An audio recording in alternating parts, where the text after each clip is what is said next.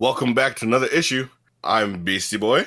I'm Table. I'm Red. And by the power of Grayskull, it is I, Shino Brando. And in this issue, by the power of Grayskull, we go over the good, the bad, and the cringer of Masters of the Universe Revelations. All right.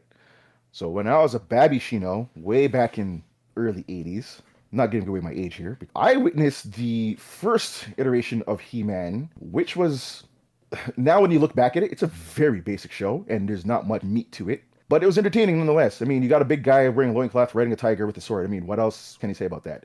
But over the course of years, I mean, it had its fandom. I was never really a hardcore fan of He-Man, but I mean, I did enjoy it when I was a kid. There was a early 2000s revival, which was pretty good, I want to say. There was a lot of deep writing in there, but again, it's so weird because back then, I guess you didn't want gritty, edgier shows. And people are trying. I don't know if you guys remember, there was a early 2000s Ninja Turtles revival, which was pretty good on Fox, I think. Yep. So in that same time period, right? That show too kind of suffered because like it was successful, but I mean, it had its run of problems. So to see a product go through a slight revival and it had its moment, but then it wasn't. I guess it was like too ahead of its time. You know what I mean? I feel like with this revival of Masters of the Universe with Revelations, it's in that same vein, but I feel like with the changes here, people were just not ready for it. And so there was a lot of negative stuff going towards it, to which I myself don't understand because for me it was entertaining. There's not much you could really do with it other than expand it from where you left it off. It was very much a kid show. Bad guy does something bad, He-Man comes and saves the day. And at the end of the episode, you get your PSA of like, don't do drugs, kids. Right? And that's about it. Right. So the next logical step is to actually give all of those characters a story to tell. Yeah, exactly. So no one seemed to bat an eye during the early 2000s run. It's just that some people wanted more of a kid-friendly He-Man, I guess, at that time. Still, I don't know. I was all for that show. But here it is. You're getting something in that same vein now. And for me, it was a great project. So yeah, let's just dive into it, man. Because this was a weird experience on a fan side. Did you know that 37% of you aren't subscribed to the channel on YouTube? You can help change that by hitting the subscribe button just below the video. And now back to the show. Right, so the impetus behind this is because Masters of the Universe Revelations was done in two parts. Part 1's storytelling was very much focused on not He-Man, and that's where a lot of people got their salt from. Our actual main character for a lot of it is Teela and the friends and family she has along the way. Now, here's the fun part on that, because if you really did watch He-Man back in the day, there was nothing but mystery behind Teela because everyone kept a secret from her. So, I mean, that was literally a premise. Which is part of what I don't truly understand. This comes from the mind of Kevin Smith. Now, Kevin Smith is not without his flaws. He did make Tusk after all. Oh boy, Cop Out. Don't forget Cop Out. Right? Imperfect to a point. However, he is helped along with a lot of good writers, so it's not just him in his stoned up new cocoon, bringing what he thinks He-Man should be. He gathered the best MotU fans he could grab, like essentially quizzed them all, and sorted through the kinds of storytelling they would like to do. This is why part 1 and part 2 feel just a hair separated in the way they tell a story. Yep. Because 1 is an adventure. 2 is, oh, fuck, the universe is going to collapse. Oh, shit. Yeah, this is a quest. Oh no, there are stakes. Yeah. And not just stakes, the ultimate stakes.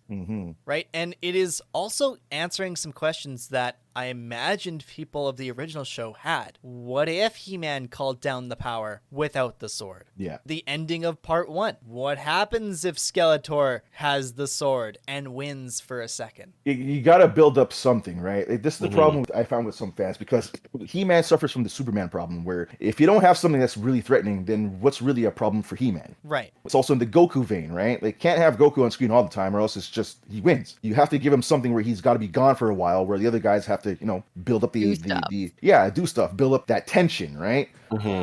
He-Man's got to be the same thing. You can't just have He-Man. Like, if you have He-Man on screen the entire time, it's just like, what's the threat? Game over, we have He-Man. Exactly, and that's what I really liked about part 1, episode 1, was, this is sort of a reminder course, even if you didn't watch that original show, on how that's supposed to go, right? Your 80s humor, like, he shouldn't get wet, and like all of those kind of things.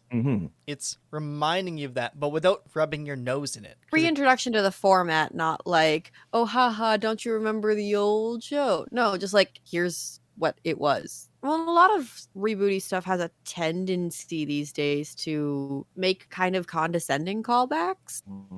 The they're Matrix like, "Oh, Resurrections haha." is a glaring example. Oh, Yeah, that- exactly. Oh boy.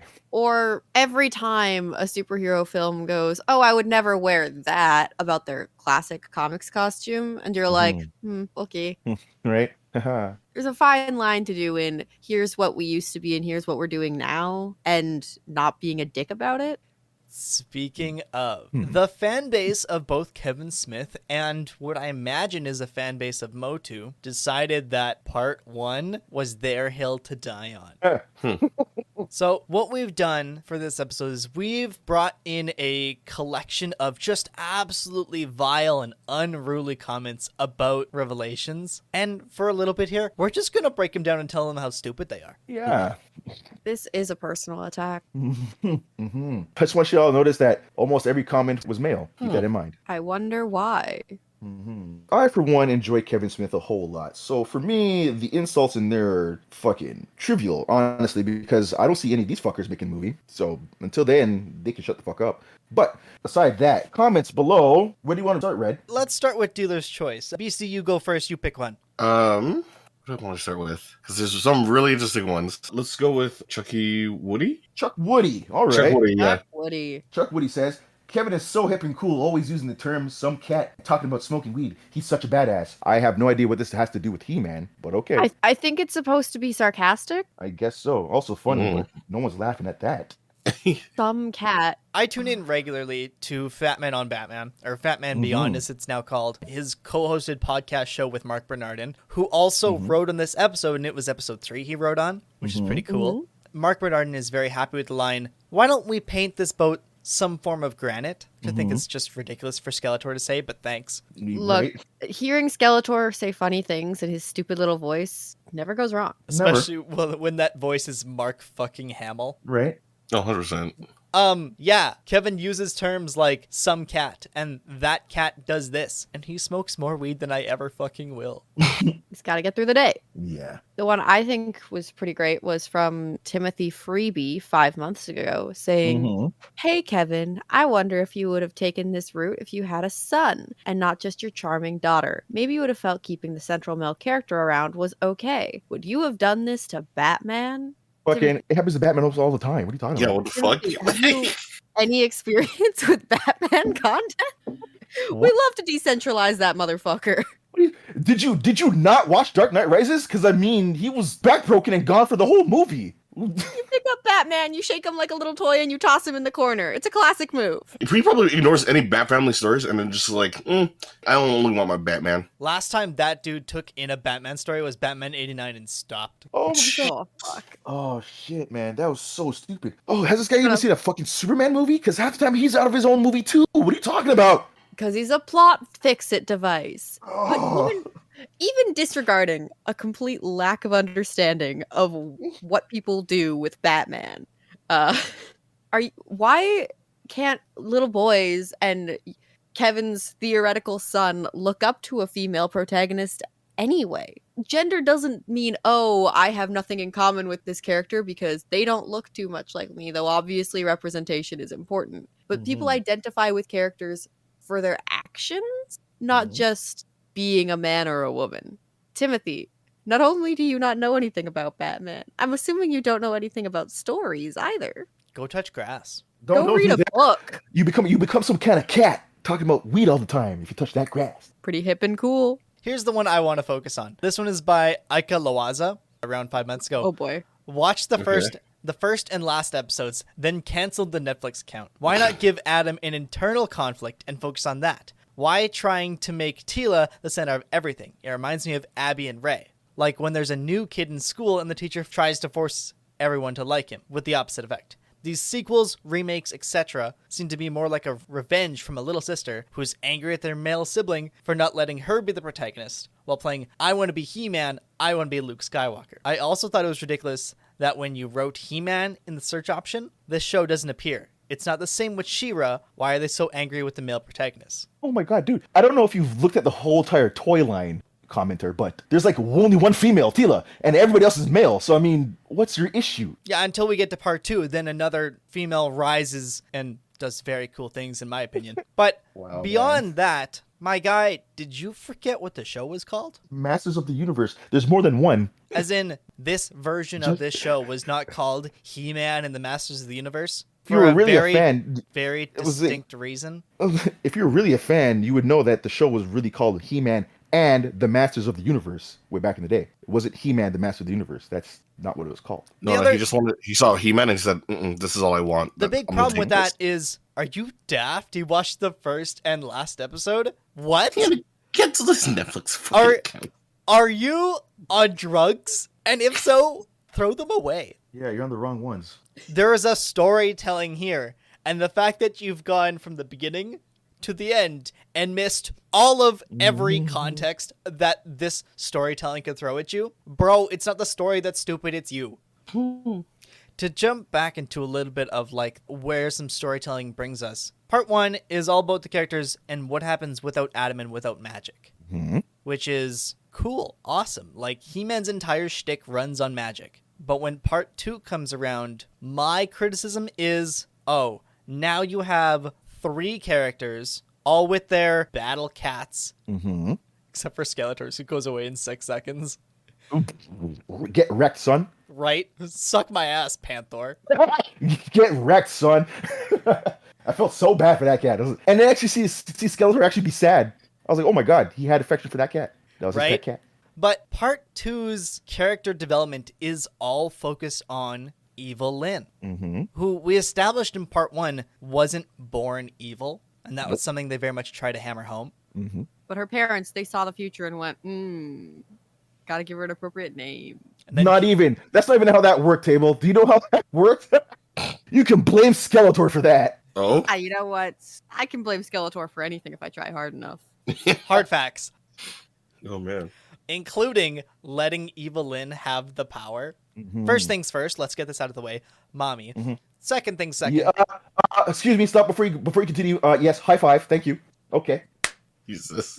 And when Evil Lyn has the power, on my initial viewing, jaw hit the fucking floor. I didn't realize that that's what I was into. Yeah, me neither. And I was just like, by the power of Grayskull. But no, how she gets the sword is by seducing Skeletor. Well, by attempting to get into his bone zone. Thus, the power of boners wins. Oh god, okay. Which is... Look, I spent a lot of time on the internet. Skeleton fuckers aren't the worst people out there, but they're so fucking weird. I don't know. There's people who want to fuck Sonic the Hedgehog, so yeah. Exactly. But it's weirder. That still Not has the worst, fur. but weird. And as far as I understand his biology, I don't really know what Evil Lyn is after. So I'll tell you right now that it's only his face that looks like a skull. It's not actually a skull. It's magic that's like got him fucked up that way. His whole body is actually a body. All right. The more you know. Bone zone initiation. Good stuff. The reason why he's got that purple hood on his head is because he looks incorporeal when he doesn't have it. It just looks like a fucking floating skull. Got it. Cool as hell. Why would he hide that? Because it looks really fucking weird. Because he wants to look cool for his boyfriend, Adam. So I'm happy you called that out because yes, that's exactly what that was, man. Because Skeletor wasn't even mad at him anymore. That was just out of pocket. Like, when Evil Lyn finally calls him out for, oh, you have all the power in the universe, and you want to go stop this man? That's it? That's point and simple, done? That's your plan? You don't want to be God? Be God when you can have a boyfriend. You nailed it. And I'm like, oh, this just spawned a whole new generation of He-Man and Skeletor shippers, and I'm here for it. But you can't, though, because Skeletor is actually his fucking uncle, man. I mean, they didn't say that in Revelation. That's good enough for me. No, but he's Prince Keldor, brother of King Randor. Okay, well then, hey, shippers, don't do that. Don't do that. Don't do that. Wow, which makes that incredibly weird. Maybe just the weirdest uncle-nephew outing in the world. He really desperately wants to bond with his nephew. And that's what he did. Throwing things at him. And that's what they did. They used the power together to bond over his uncle's evil ex. Yeah. Honestly, a classic. Second half was rad as shit, dude. And when Adam got his buffness back and was just doing things on the fucking battlefield, I was just like, yeah, hell yeah. This I like. This is the moment you saved up for. You saved it up for this. Can we take a moment to appreciate Adam's sheer modicum of bravado to go, I've always wondered what happens if I call down the power without the sword. Mm-hmm. And the universe and the power told him, you're not that guy. Yeah, trust, bro, you're not that guy. You're not that guy. And then becomes Savage He-Man, which is cool as shit. Yo, bonkers, bro. Nothing was allowed to be alive around Savage Adam. Like, Skeletor with the power was scared. You made that dude quiver in his skeletal boots. Listen, man, Savage He-Man turned into Savage He-Man and took off on a warpath, bro. Just took off, okay? And as Tila and the gang were trying to follow his trail, it was just death. And death and destruction. Easy trail to follow. Everything is dead. Just go that Everything way. was dead. What did he do? He inverted a hippogriff? Yeah. Oh, dude, it was bad. Oh boy. My significant other and I were watching this, and she went, that? He did that? Yeah, Anyway, so I got my partner into He-Man now. right on. Nice. Yeah, good time, man. I don't know. Again, I was thoroughly entertained. I was not angry at any angle, any story, any plot. Everything was fine for me. In fact, it only made sense to go the direction that was going into. So, I mean, I've got a couple super small issues. I really enjoyed both parts of storytelling, even as diverse as they were. I probably would have wanted an allusion to She-Ra existing without, saying her name. so for the diehards, they did because Skeletor works for Hordak, and Hordak's minions showed up at the very end. And Hordak is She-Ra's main enemy. That's your little clue in right there. Excellent. Now, I'm not as well versed in He-Man lore as Shino is, so I'm I'm glad old. it happens. My main concern and my main discrepancy between both parts is the enemy of part 1 is the techno people. Mm-hmm. And then as soon as bigger, badder things come up, I understand why they're sidelined. Mm-hmm. And then we don't really see them throughout all of part 2, Mm-hmm. except for like crowd shots. Yeah. And then at the end of part 2, face it, if you've made it this far, we're spoiling the whole thing. Mm-hmm. Skeletor gets infected by Motherboard. Here comes the Borg. Yeah. Damn. I'm like, oh, Motherboard has a human form. That's cool looking. Dope. Want to see more of that. Thank you. I want to hear it talk. And also, what does that look like? One day, maybe we'll find out. Maybe, if we're lucky. And perhaps by that time, maybe Kevin's able to use a little bit of She-Ra. Right? Because the problem with using She-Ra is Netflix already has a She-Ra show, Or you see, right now they have a second He-Man show. So, I mean, why not? which is the other part of my issue with how Netflix treated this show. The moment that part 1's, like, the fan reactions we've been reading throughout this episode made their way to Netflix executives in some way, shape, or form, it seemed like Netflix no longer wanted to push this show. Mm-hmm. And that's real shitty of them as a platform that is very much behind their creators 95% of the time. There's been a couple times they're like, oh yeah, we're going to edit that out. Or they put more warnings than 13 Reasons Why, for example. Yeah. Mm-hmm. Where they go, actually, hey, we've heard some audience reaction and this needs a content warning. Or Sense8 gets to come back for a finale Mm-hmm. that it deserved in the first place, but that's neither here nor there. Yep. Okay. Mm-hmm. But yeah. Some of these comments. Yeah, let's hop back into the comments, shall we? Oh yeah. How about Thomas Durkin? He says, "What a sellout lesbian, comma. Kevin, you look like a dried out orange spray tan lesbian yourself with that lesbian blazer. LOL. Remember when you actually made decent movies in the 90s?" Thomas Durkin. Oh, I don't think I've heard someone use lesbian as an insult since elementary school. Damn. Apparently, Durkin really never got out of there. He's been Nope. trapped for He's 7 trapped. years. You're assuming he graduated. And Right? also, I imagine Thomas Durkin is from the States. My guy, for 4 years, you had a on-TV example of what orange spray tan looked like. And you think Kevin Smith, Mr. Hockey Jersey, backwards hat himself, man of movies, is orange spray tan? Hello, my guy, what? Here's another. Chris McLeod. Don't care about anything you have to say, man. LOL. Don't know why I'm so damn angry about this. Perhaps you got a small dick. Dude, you ruined He-Man? What the fuck does Tila Butch girl power shit have to do with my favorite childhood cartoon? She was in the show. She was actually main character. In the future, but I think harder about creating Project 4. He did. Would it be politically correct to recreate She-Ra but then kill her in the first episode and make Ken Doll the main story? LOL. What the F, man? This could have been good. And season 2, yeah. Don't care. Just going to move on and pretend this didn't happen. Maybe. Perhaps you'd probably be dead the next decade, Chris McLeod. Also, yeah, Tila had a girlfriend, or what's heavily implied to be a girlfriend without saying the words, which Netflix, fuck you. So no, so you see, they trampled on that shit. Did you not see the end of that fucking part? They completely had that built up and then they squandered it by having fucking Tila and Adam blush at each other. Yeah. They're like, oh, we're going to go on adventures together. And I'm like, but Tila already had a significant other. You gave her one in episode 2. In the first 2 minutes, you set up a partnership between them. That's what we left our imaginations to, but I guess Kevin Smith said, we're wrong. We're not right about that. And I don't want to praise Kevin Smith as this be-all, end-all writer. I mean, listen, he's not. However, it feels like you forgot that character existed after the final battle. It was like, geez, what do we do with her, huh? What do we do with Andra? She's become the new Man-at-Arms.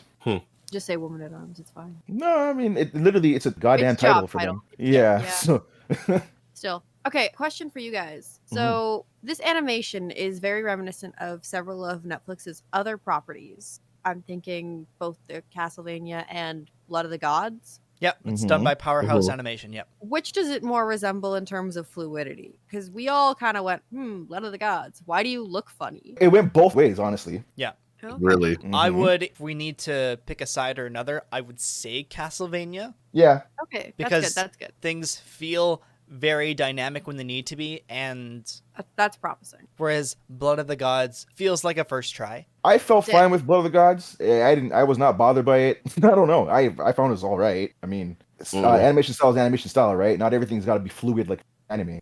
That's It true. could just look right. It could just look like whatever. So You're right. At the same time, well, I mean, it's another Like, it discussion matched- for next time. like It's just the fluidity of Blood of Gods was just not as good as I thought it was going to be, as they were like promoting it from before.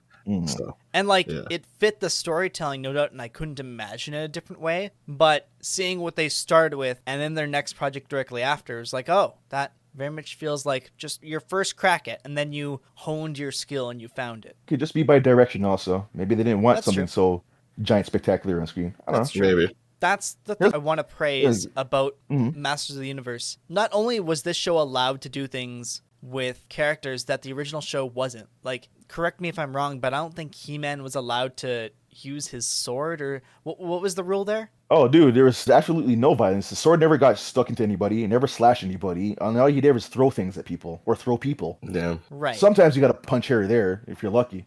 Whereas in this show, episode 1, you see the blood when Skeletor stabs Adam. It was goddamn guts. And then Kevin Smith, because he's very proud of this, I will tell you, on Fat Man Beyond, he has gone on to say, I got you twice with the same thing. I faked you out with a death twice. I'm like, you did, and I fell for it. Thank you, sir. Yeah. Because at the end of the season, it's like, oh, Adam gets stabbed, and then fade to black. 3 months later, part 2 comes out. You absolute asshole. And mostly he's an asshole because I fell for it, hook, line, and sinker. Oh, we both did. Oh, man, we were both a mess, and they're like, yo, what the fuck, dude?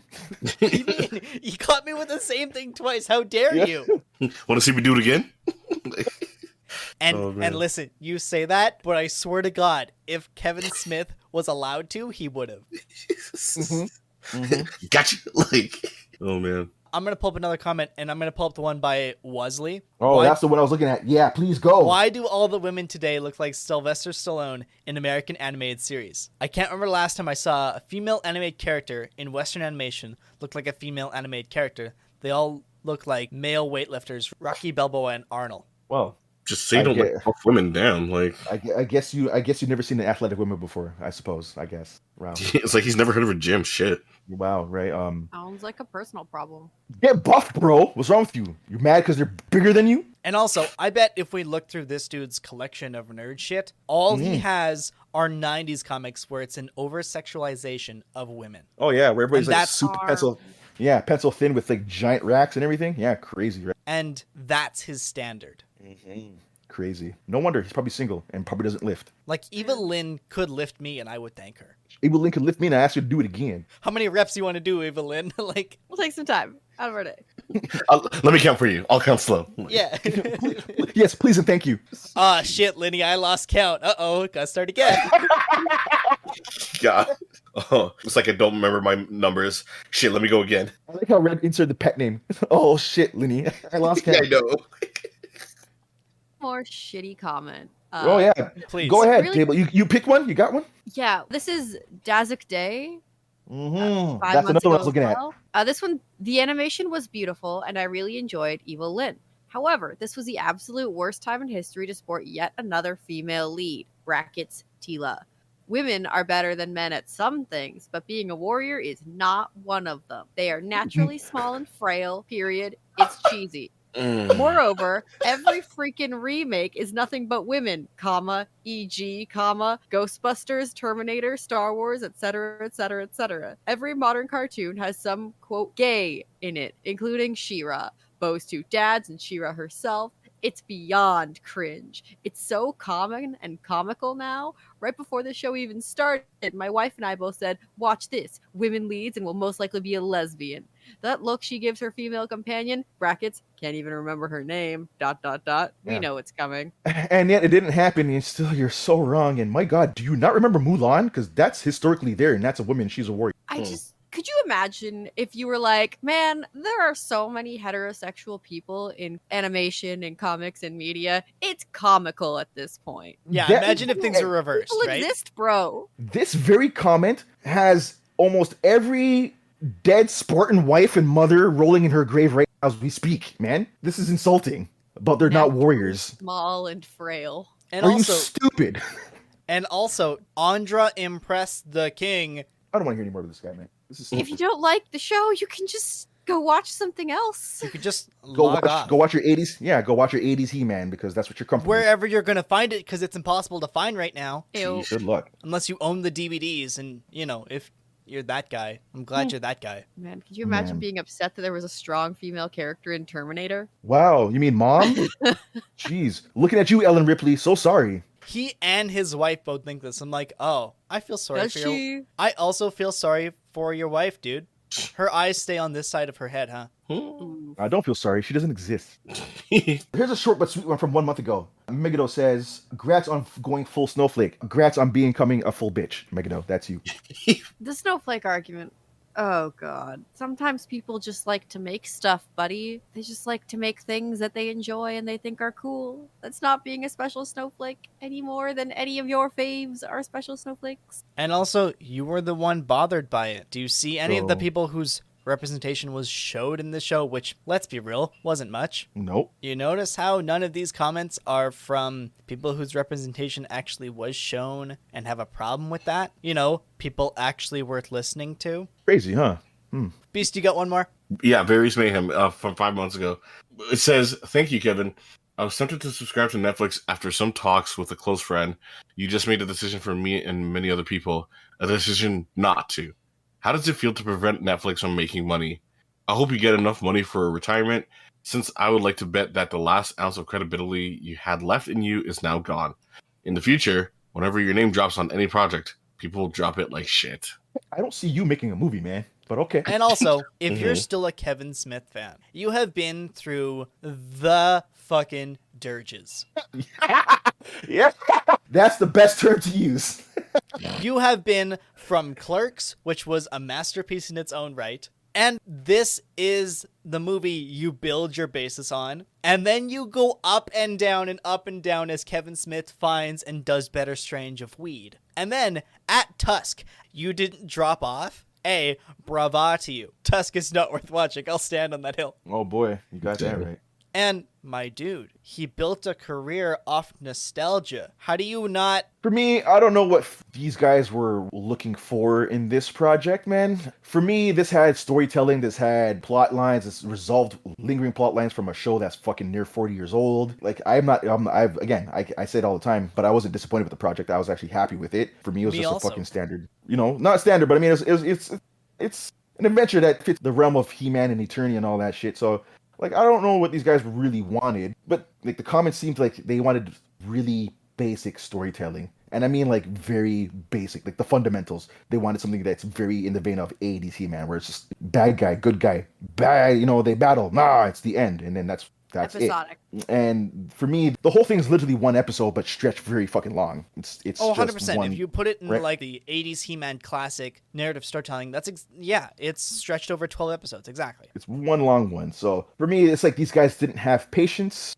Like for me, these comments come from kids. I was about to say kids, come from guys who are very much still kid centric. They are ruled by a toy line. and so what they see is what they want, and not what anybody else's imagination happens to be. So I'm disappointed in everybody being so venomous about it, because we've had worse, and you know it. Right? The illusion that everybody keeps drawing is to Luke Skywalker. And I didn't want to say Star Wars again because I say it all the time, but yeah. while we have talked many a times on Star Wars and its many problems, however much more you added onto the original saga. Or you can find on Nerd Crusade Podcast on YouTube. Hell yeah. And on podcast sources, wherever you find your podcast. Anyway. Hell yeah. This is not that. No. By all definition, it is taking the thing you know and love, giving it more storytelling than you ever would have asked for, basing it in lore that's already been established without soiling it, and pushing its narrative and its storytelling and its characters forward and ending it. Opinion, that is why Netflix did part 1 and 2, and then a couple months after part 2 rolled out, maybe not even, rolled out that kid-centric He-Man show. Exactly it. That is based in the DreamWorks style of How to Train Your Dragon, and is very much intended for that audience. Go get your toys, man. It's and okay. if you want toys, Battle Cat. the toy line from Revelations is fucking cool, Yeah, it's fucking hot. right? They look nice. They look nice. Yeah. A lot of the lore from this, upon a little bit of research, it was never fully connected how Skeletor and Scareglow were connected. Yeah. This show put A to B. Yep. It was never fully explored what would happen if actually Skeletor won and held the Sword of Power, or how the Sword of Power comes to in its existence in the first place. My only thing that I could have wanted more out of this is actually including the goddamn Snake Men, because they were worse than Skeletor and his forces. So it'd have been cool to see like at least 1 or 2 lingering things about that time period, because at one point Skeletor and He-Man had to team up against fucking Snake Men. I think the Snake Men, if this gets renewed for a part 3 or however they'd like to phrase that, we've got a plot already. But also, Tila casts a thing to talk to all of the inhabitants of Eternia. They're bound to show up. They'll just show up late and go, "Did we miss the battle?" And just make fun of themselves. I mean, they're not from Eternia. They're gonna have to come from a next dimension. But I mean, when it happens, it's bad news for everybody. Yeah. For me, fan hate sounds like the same kind of crowd that gave up Young Justice for Teen Titans Go. You know what I mean? If that's what you want, then the new He-Man and the Masters of the Universe, go have your cake, enjoy that. But for a more, I'm gonna say it. I don't care what kind of hate. I guess I'm spitting hate the entire time. But for the more mature crowd, hey, Revelations was the shit, and I do hope it gets renewed for something more. I think everybody gave Kevin Smith a hard time for no fucking reason. I think people gave Kevin Smith a hard time because he's Kevin Smith and it's by rights. Easy to target? Yeah. I suppose, man. Because for me, that second half came up, and then suddenly a lot of these hate comments it began to backpedal or disappear, and then they're like radio silence. His hard work paid off in the end for me, right? From my point of view, anyways. It's almost like they took one look at what was very notably part 1. I don't know how he could have said it was part 1 more. Yeah, I know. Truthfully, honestly. And then part 2 comes out, and Kevin Smith is quoted on saying that I was waiting for fan reaction or for my Twitter to blow up, and I got a few messages, but nothing compared to how part 1 came out. Exactly. It's almost like you should have just let the man's storytelling play out to start and not just run your fucking mouth. Yeah. What's that motto? Don't judge a book by its fucking cover? Yeah, that's the one, right? I think the other one is just suck less. Yeah, hey-oh. There you go. Damn. All right. That's right. Beastie. Sorry. Before we do end this one, there is actually one positive, I think. Oh? Go. Yeah, from a Alberta Cabrera. I just found this one. It says, at Kevin Smith, may I service you in any way? You are a master of the universe. I thought you killed me with that first chapter. The next chapter was absolutely brilliant. You didn't just serve a plate of fan service. You basically gave every Master of the Universe fan an orgasm. Bravo, sir. Bravo. Okay, so that's a bit Little better. explicit, but we got the spirit. Kevin Smith, if you ever hear this, Alberto Cabrera really loves you. Like, a lot. A lot. So now, Beastie, if you please. If you also want to be part of the Masters of the Universe, what you can do is subscribe to our YouTube channel on Wednesdays, where we upload every Wednesday. And then you can also catch us streaming live on Mondays and Thursdays too on twitch.tv/NerdCrusade. You can follow us and be more Masters of the Universe on Facebook, Twitter, and Instagram for updates, and join our Crusader chat on Discord by checking our link tree in the description. And you can download any previous episodes or listen on your mobile device through Anchor.fm or search Nerd Crusade on your favorite podcast app. Thanks for joining us, and until next time, fellow Crusaders. I don't know why everybody was so mad. Shiro was cooler anyways, and that's to be continued. Thanks for tuning in. If you like this video, go ahead and button mash a thumbs up. If you want to swing by when we have a new video, web up the sub button. Oh, and while you're at it, hit the bell to be notified by...